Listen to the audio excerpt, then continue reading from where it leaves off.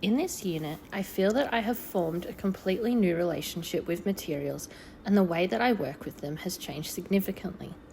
In the past, I feel that when I approached materials, it was always with a preconceived idea in mind. I know what I was planning to make, and I would reach for comfortable and familiar materials to bring the idea to life. The idea of trying new things and perhaps letting the materials lead the way was a new approach I explored during this unit.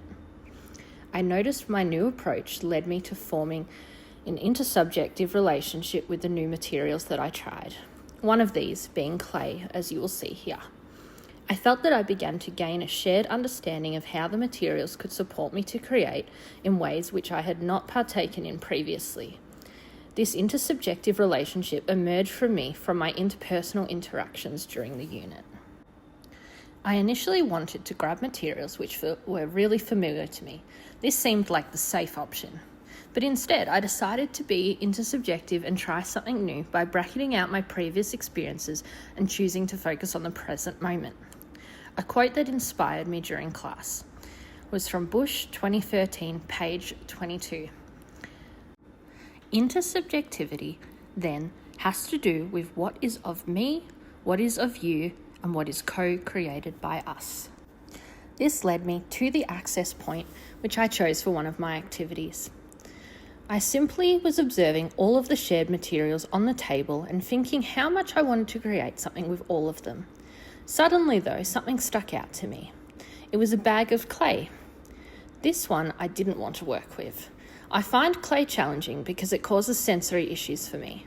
I do not like the way it feels on my hands, and I have always felt that I was no good at it. I decided to be brave and ended up using this as an access point and chose to bracket out my past experiences and fears about the material and bracket in the idea of challenging myself and trying something new.